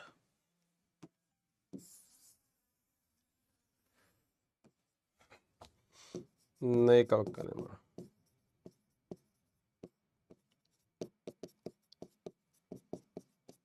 बोलो, अब एक ऐसा पॉइंट बताऊंगा जो तुम मेरे से खुद बोलोगे हर्षित सर मान गए आपको। डायग्राम से आपने एक चीज को एक्सप्लेन करने के लिए, एक क्या कई सारी चीज एक्सप्लेन हो गई होगी, मगर एक बहुत बड़ी चीज को एक्सप्लेन करने के लिए आज आपने हमारे सामने डायग्राम बनाया। बताऊं? देखो यहां हो बेटा, एस्कोमाइसिटीज में एस्कस बना था। ध्यान से सुनना, एस्कोमाइसिटीज में लैंगिक जनन में जितने भी बीजाणु यानी कि स्पोर बनते हैं वो सारे अंदर की तरफ बनते हैं, अंतर्जात होते हैं। ये अंदर की तरफ, लैंगिक जनन की बात कर रहा हूं मैं, लैंगिक जनन की। लैंगिक जनन के अंदर जितने भी स्पोर यानी कि बीजाणु बनेंगे ये अंतर्जात होते हैं, यानी कि एंडोस्पोर होते हैं। एंडो का मतलब अंदर की तरफ। जबकि बेसिडियोमाइसिटीज में जितने भी स्पोर बनते हैं, ये कहां से आ गया, जबकि बेसिडियोमाइसिटीज में जितने भी स्पोर बनते हैं वो सारे बाहर की तरफ बन रहे हैं। देखो बाहर बन रहे हैं, बाहर की तरफ निकले हुए हैं, गुंडी गुंडी से निकली हुई है, यानी कि ये सारे के सारे बही जात होते हैं, यानी कि एक्सोस्पोर होते हैं। एनसीईआरटी में बेटा पॉइंट है ये, अब या तो रट लोगे या फिर समझ लोगे। तो जिसको रटना है वो फ्री है बेटा, जिसको समझना है उसके लिए मैंने लिख दिया है। सही है बेटा, बताओ मजा आ गया? पॉइंट बिल्कुल क्लियर हुआ बेसिडियोमाइसिटीज का? पक्का?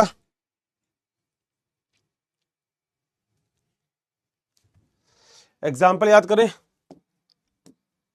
चलो एग्जाम्पल। आज मैं उससे परेशान रहा, उससे परेशान रहा। सही है। कैसे याद करना है? आज मैं उससे परेशान रहा, ये उदाहरण है बेटा बेसिडियोमाइसिटीज के उदाहरण। तुम्हारे पास कोई और तरीका है तो बेटा तुम उपयोग करो, मुझे कोई दिक्कत नहीं है, मगर मैंने ऐसे ही याद किया है तो मैं ऐसे ही याद करवाऊंगा, क्योंकि ये याद हो जाते हैं आसानी से, इसमें दिक्कत नहीं आएगी। बोलो क्या पॉइंट चालू करूं?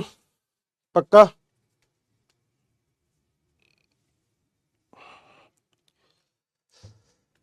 अब आ जाओ। आज से एक नाम निकला है एगेरिकस बिस्पोरस, ये सबसे स्वादिष्ट मशरूम होता है। आज से बेटा नाम निकला है, नाम है एगेरिकस बिस्पोरस। सर ये क्या होता है? ये होता है बेटा मशरूम, मशरूम होता है। गांव में सुना है सांप की छतरी बोलते हैं, क्या बोलते हैं इसको? मशरूम होता है ये, ठीक है। इसे बोलते हैं एगेरिकस बिस्पोरस। सही बात है। ये सबसे ज्यादा स्वादिष्ट मशरूम होता है, स्वादिष्ट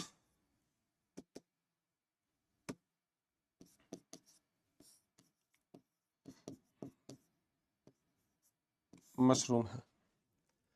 एक ऐसा भी मशरूम होता है जो बेटा सबसे हानिकारक होता है, विषैला, जिसे हम बोलते हैं टोड स्टूल। ये तो स्वादिष्ट हो गया, और नीचे ही लिख देता हूं बेटा विषैला मशरूम।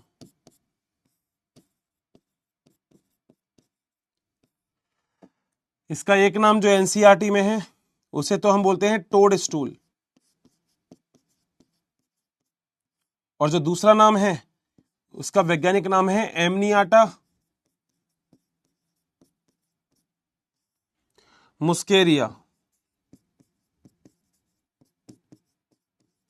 ये बेटा जहरीला मशरूम होता है, जहरीला। एगेरिकस बिस्पोरस वैज्ञानिक नाम है, तो अंडरलाइन कर लेंगे। तो आपको ये दोनों ही नाम याद करने हैं। मशरूम, मशरूम आपने देखा भी होगा, आपके एनसीईआरटी में मशरूम का तो डायग्राम भी है, तो आप आसानी से देख सकते हो। सही है, चलें आगे। बेटा यू से एक वर्ड निकलता है जिसे हम बोलते हैं यूस्टिलिगो।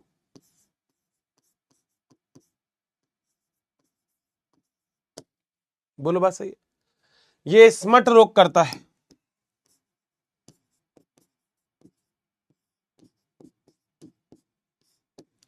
जिसे हम कंड रोग भी कहते हैं।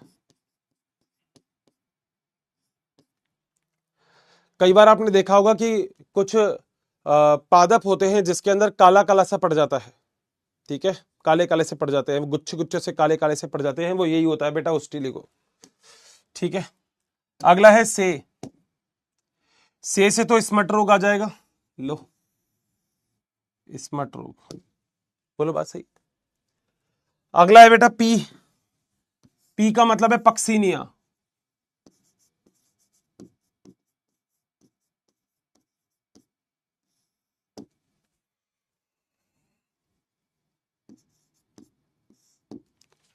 और पक्सीनिया कौन सा रोग करता है? आर से होता है रस्ट रोग।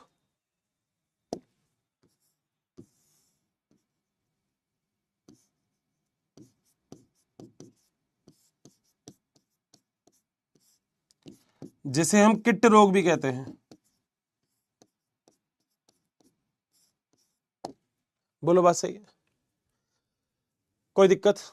हर्षित सर, आपने एक पॉइंट बताने के लिए बोली थी कि हम इसे क्लब फंजाई भी बोलते हैं, क्यों कहते हैं? बेटा, अगर तुमने कभी सांप की छतरी वगैरह देखी हो, यानी कि तुमने कभी मशरूम वगैरह देखी हो, तो मशरूम जो होता है ना, उसके ऊपर ऐसे ऐसे ऐसे ऐसे कुछ डॉट डॉट से मिलते हैं, देखिए ना। और आपने देखा होगा कभी क्लब वगैरह में गए हो जहाँ पे डांस वगैरह होता है, भंगड़ा पाले, तो वहां पे अगर आपने देखा हो तो जो क्लब वगैरह में जहाँ पे डांस होता है ना, वहां पे क्या होता है, लाइट लगती है कैसे बीच में, तुमने देखा होगा डीजे वाले की भी लगती है बीच में, जैसे बहुत सारी अलग अलग कलर की लाइट होती है जो जलती है अलग अलग कलर से, इसलिए हम इसे क्लब फंजाई बोलते हैं। तो यहां से नाम आया है क्लब फंजाई। बोलो भैया, नाम याद हो जाएंगे सारे। अगर आप बोलते हो अर्षित सर ये क्या होता है, तो देखो विशैला मशरूम, जिसे टोडस्टूल बोलते हैं ना, वैसे इसको कुकुरमुत्ता भी बोलते हैं। मशरूम को क्या बोलते हैं? कुकुरमुत्ता। सुना होगा बेटा।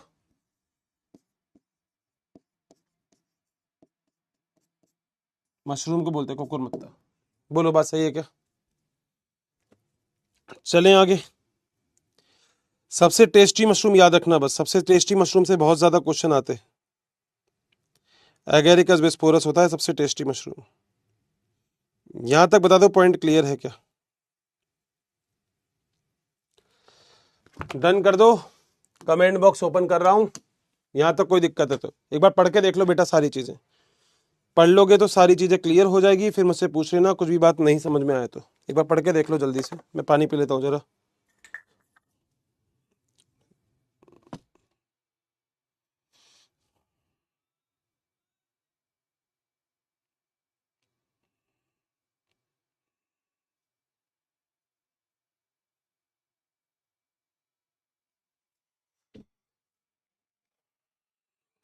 चलें।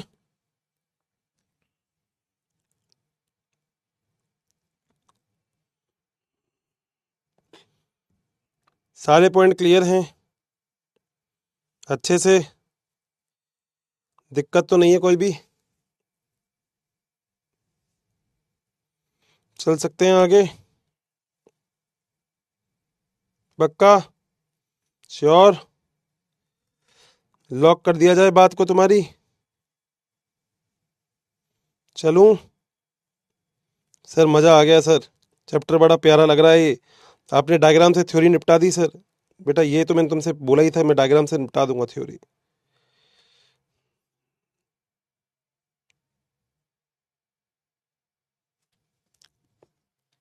बताओ बेटा, चलें क्या आगे?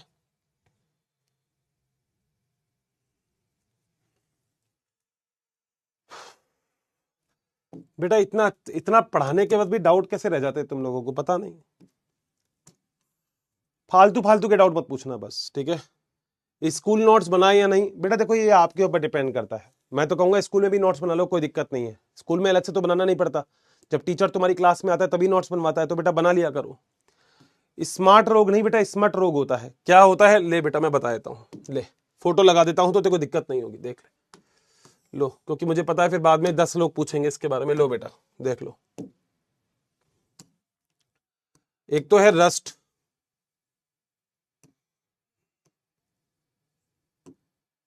रस्ट डिजीज देखो ऐसी होती है रस्ट तो, ये रहा बेटा, बोला था पत्तियां पीली पड़ जाती है, तो ऐसा होता है रस्ट। लगा देता हूं बेटा वहां पे ही, ठीक है, तो तुझे दिक्कत नहीं होगी। अब मत पूछना क्या होता है। ये रहा बेटा, ये होता है रस्ट बीमारी, जिसे पक्सीनिया के अंदर बोलते हैं। ये रहा पक्सीनिया, रस्ट रोग होता है ये, यहां लगा दिया मैंने, ठीक है। एक होता है स्मट रोग, कंड रोग जिसे बोलते हैं।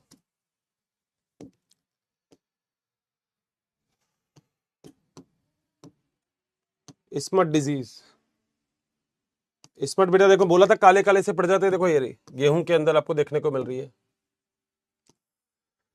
ये स्मट है।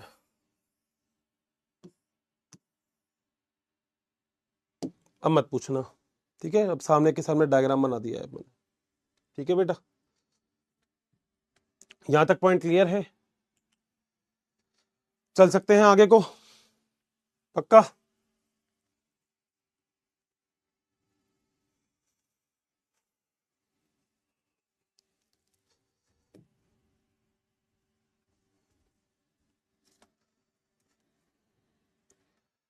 अगला जो बेटा लास्ट है वो है ड्यूटेरोमाइसिटीज।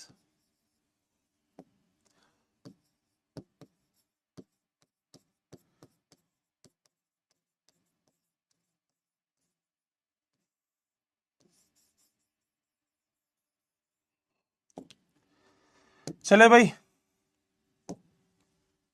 सुन लो जरा क्या होता है। एक ऐसा कवक जिसके अंदर लैंगिक जनन या तो आज तक खोजा नहीं गया है या हमें पता नहीं है, दोनों चीज है, या तो पाया ही नहीं जाता या हमें पता नहीं है, वो ड्यूटेरोमाइसिटीज में है। ऐसा कवक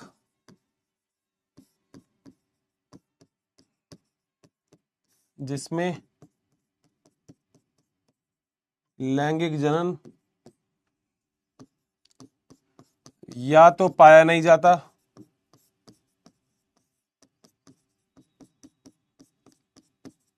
या खोजा नहीं गया है।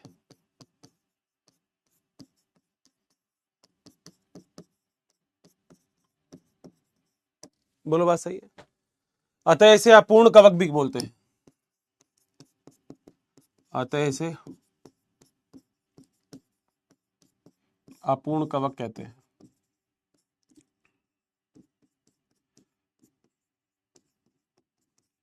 बोलो बात सही है। इसमें कायिक जनन पाया जाएगा, लैंगिक ही तो नहीं मिलेगा, कायिक जनन प्रेजेंट होगा। इसमें अलैंगिक जनन भी होगा,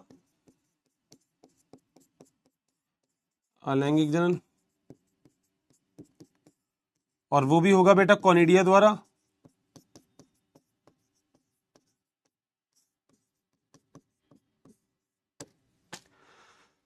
माइसीलियम शाखित और पटयुक्त होगा। माइसीलियम जानते हो ना, कवक जाल।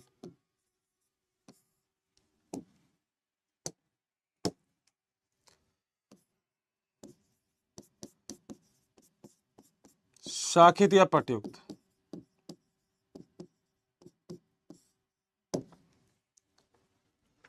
मान लो अगर आप एक नया कवक आज आपको मिला, आज आपने खोज की एक नए कवक की, उसमें लैंगिक जनन नहीं है, तो बेटा उसको ड्यूटेरोमाइसिटीज में रख देना। मगर तुम कहोगे हर्षित सर मगर बाद में मैंने रिसर्च की और मुझे मिल गया, फिर मैं क्या करूंगा? तो बेटा सुन लो, अगर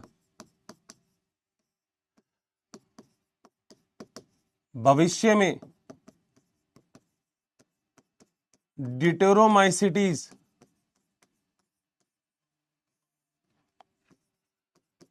के किसी सदस्य में लैंगिक जनन मिलता है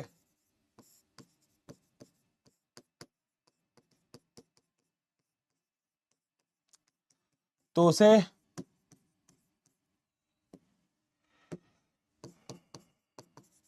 फाइको में नहीं रखेंगे, एस्कोमाइसिटीज या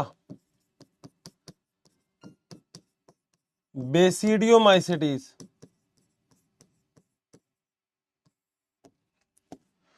में रखते हैं।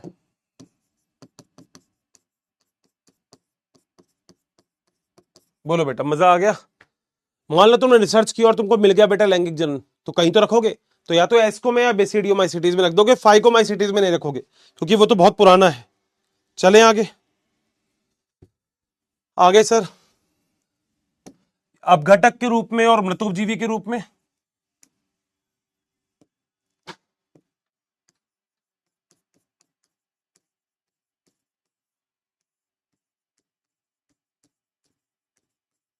अपघटक इसके रूप में पोषण प्राप्त करता है। लगभग सारे के सारे यही थे कि सारे के सारे अपघटक के रूप में ही थे। ठीक है बेटा, एक बहुत ही इंपॉर्टेंट है, नीट में क्वेश्चन आया हुआ है। आप क्लास 12th में पढ़ोगे खनिज चक्र। वैसे तुमने नाइट्रोजन चक्र पढ़ा होगा, नाइट्रोजन चक्र पढ़ा होगा तुमने कभी, मैंने भी तुमको पढ़ाया था, तुमको याद होता नाइट्रोजन चक्र? हाँ मैंने पढ़ाया तुम्हें। तो उसके अंदर बड़ा इंपॉर्टेंट होता है, तो याद रखना नाइट्रोजन सल्फर फॉस्फोरस चक्र यानी कि खनिज चक्र में बहुत महत्वपूर्ण होता है।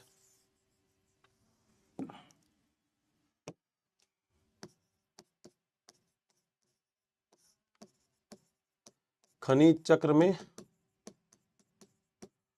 महत्वपूर्ण भूमिका होती है इसकी। किस किस में? नाइट्रोजन चक्र में, फॉस्फोरस चक्र में, सल्फर चक्र में। इसमें महत्वपूर्ण भूमिका होती है। बताओ क्या पॉइंट क्लियर है? चल सकते हैं आगे?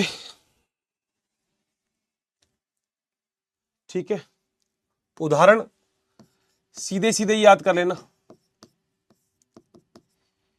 एक उदाहरण तो बेटा इसका होता है ट्राइकोडर्मा पॉलीस्पोरम। ट्राइकोडर्मा पॉलीस्पोरम,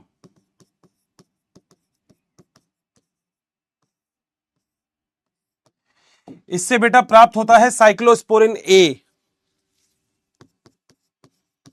इससे साइक्लोस्पोरिन ए प्राप्त होता है।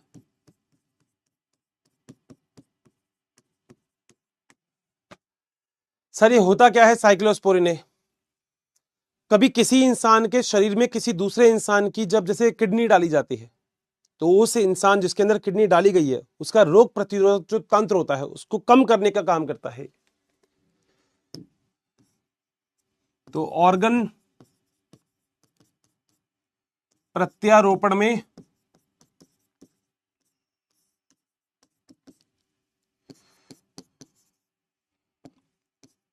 रोग प्रतिरोधक क्षमता का अवमंदन यानी कि रोकता है।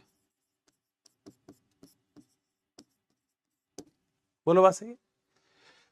एक दूसरा भी बेटा उदाहरण है इसका, जिसका नाम है अल्टरनेरिया सोलानी। पहला तो उदाहरण ये था, दूसरा है अल्टरनेरिया सोलानी। एनसीईआरटी में तो आधा ही नाम इसका अल्टरनेरिया ही दे रखा है बस।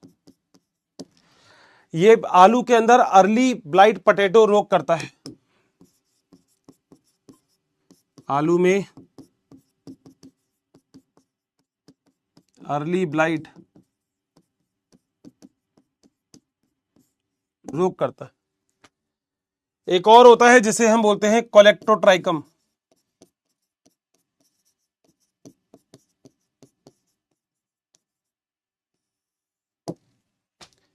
ये तीन चीजें बस याद रखना।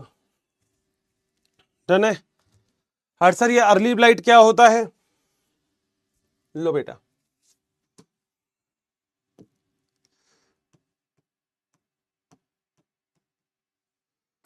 ये होता है बेटा अर्ली ब्लाइट।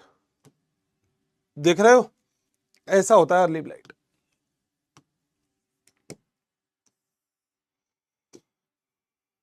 ठीक है बेटा, अब कोई पूछेगा तो नहीं कम से कम, नहीं तो कुछ तो बच्चे इसके पीछे ही पड़ जाएंगे अर्ली ब्लाइट क्या होता है, अर्ली ब्लाइट क्या होता है।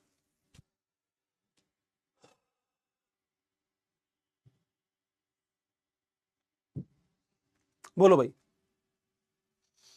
कवक कंप्लीट। आओ पहले तो कमेंट तुम्हारे देख लेते हैं। कवक कंप्लीट हो गया, यहां तक कोई डाउट है क्या किसी को कवक में?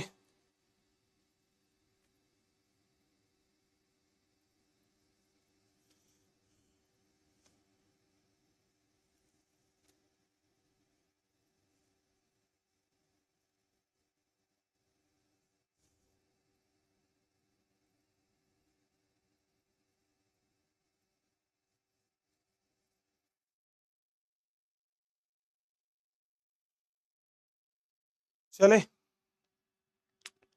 पक्का, आ जाओ। जरा कुछ क्वेश्चन देख लेते हैं पहले तो, कि क्वेश्चन तुम कर पाते हो क्या। देखो बेटा करके देखो, कुछ पुरानी चीजें हैं मगर याद तो होनी चाहिए पुरानी चीजें भी। या भूल जाते हो पुरानी? नहीं ना, भूलते तो नहीं हो ना? तो पुरानी चीजें हैं बेटा कुछ, बताओ जरा पुरानी चीजें, इसका आंसर बताओ।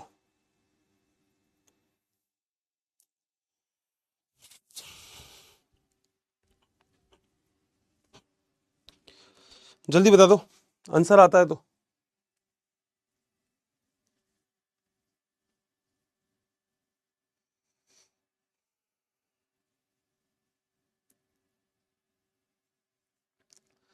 क्वेश्चन बेटा वो है, किसमें कोशिका भित्ति का अभाव होता है, वो लिखा हुआ है ऊपर, कट रहा है मैं बोल देता हूं, किसमें कोशिका भित्ति का अभाव होता है, ये क्वेश्चन है बेटा। ले थोड़ा सा नीचे ले आता हूं मैं इसको, ले अब देख ले बेटा, दिख रहा होगा अब तो, दिख रहा है अब?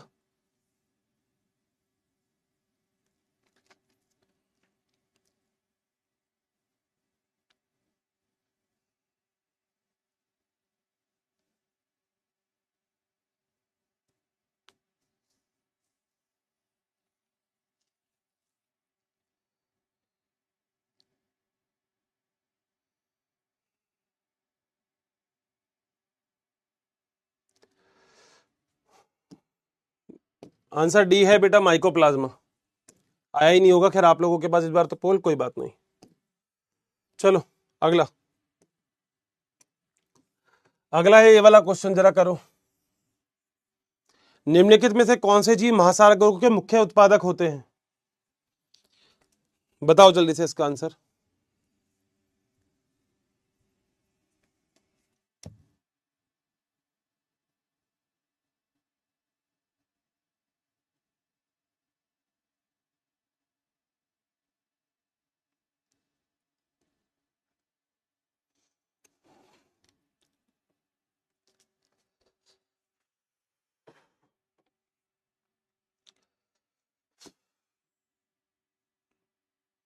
बिल्कुल बेटा, आंसर इसका डी आएगा, डायटम्स।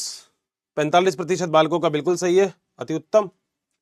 अगला, अगर जीव गतिमान होंगे, जीवाणु गतिमान होंगे, दिख रहा है क्या क्वेश्चन? नहीं दिख रहा, वो भी नहीं दिख रहा होगा, लो बेटा नीचे कर दिया, लो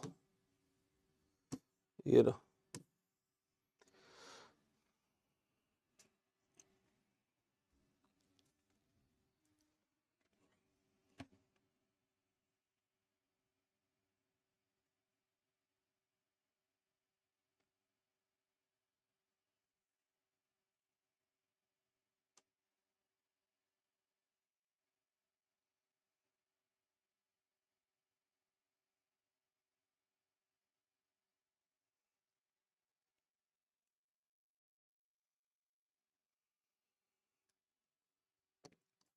आंसर बेटा बी आएगा इसका, 72% बालकों का बिल्कुल सही है, कशाबी का। ठीक है, अगला क्वेश्चन बेटा ये रहा, गाय और भैंस, बताओ। 2015 का क्वेश्चन है।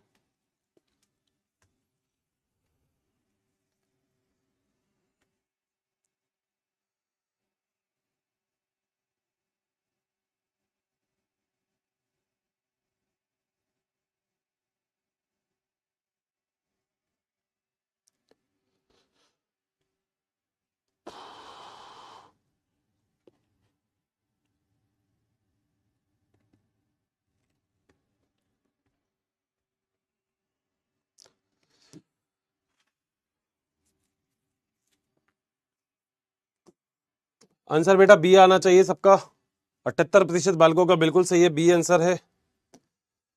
चलो भाई ठीक है, अब जरा मेरे को रिवाइज करने की तो मेरे ख्याल से देखो जरूरत है नहीं, फिर भी जो वाला कह रहा है एक बार जरा देख लेना बेटा।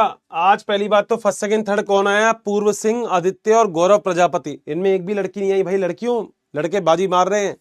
अनिल, रेवड़मल, दिव्या, राजन, रिया और दीपांशु, बहुत बढ़िया। सबसे पहले आज हमने पढ़ा था एस्कोमाइसिटिस। एस्कोमाइसिटिस को एस्कोमाइसिटिस कहते हैं क्योंकि इसमें एस्कस का फॉर्मेशन होता है। प्लाज्मोगेमी, कैरियोगेमी, मियोसिस, यहाँ पे एस्कोकार्प का फॉर्मेशन होता है और एस्कस का फॉर्मेशन होता है, और सारे के सारे स्पोर अंदर होते हैं तो अंतर्जात होते हैं। याद करने का बढ़िया तरीका बताया था तुम प्रशांत, चलो नासा। तो यहाँ पे ट्रफल और मोरल है जो खाने योग्य है। क्लेविसेप है जिससे लाइसर्जिक एसिड डाइथालामाइड ड्रग प्राप्त होती है। एन से होता है न्यूरोस्पोरा, जिसे पादप जगत का ड्रोसोफिला भी बोलते हैं, जिसे जैव रासायनिक और आनुवंशिकी में इसका उपयोग किया जाता है। सैक्रोमाइसिस सर्वाइसी ईस्ट जिसे हम बोलते हैं, किण्वन के लिए, अल्कोहल के लिए, बेकरी निर्माण में इसका उपयोग बहुत आसानी से हो सकता है, और साथ साथ पेनिसिलिन की खोज भी इसमें होती है। कितना प्यारा लग रहा है बेटा, याद कर लेना।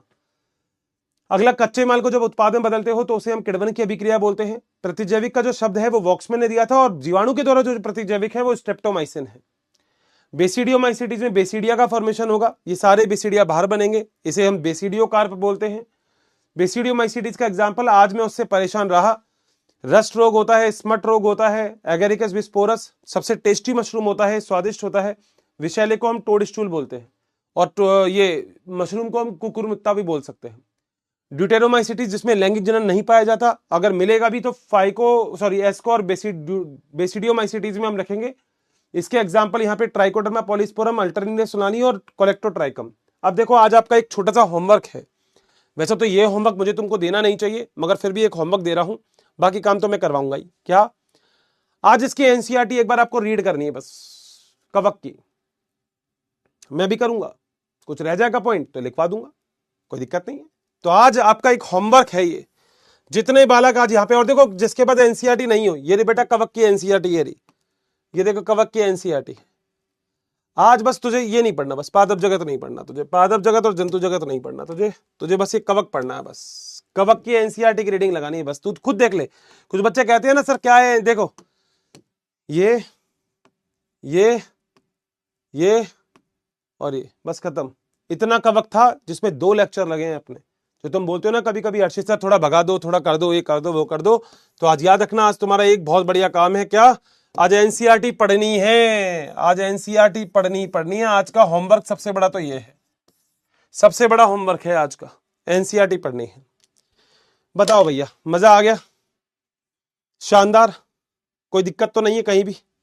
और मेरे ख्याल से मजा ऐसे ही चलता रहेगा, बस पढ़ते रहो मेरे साथ साथ पढ़ते रहो। बोला था मैं सबसे आसान बना दूंगा बॉटनी को, विश्वास करो सबसे आसान बन जाएगी बॉटनी। ठीक है, तो आशा करता हूं दोस्तों यहां तक लगभग सारी बात बिल्कुल अच्छे से क्लियर होगी। तो हाँ, वो क्वेश्चन नीचे कर दिए मैंने, आपको पीडीएफ में साफ दिख जाएंगे। ठीक है, तो थैंक यू सो मच, बहुत सारा प्यार, बाय बाय।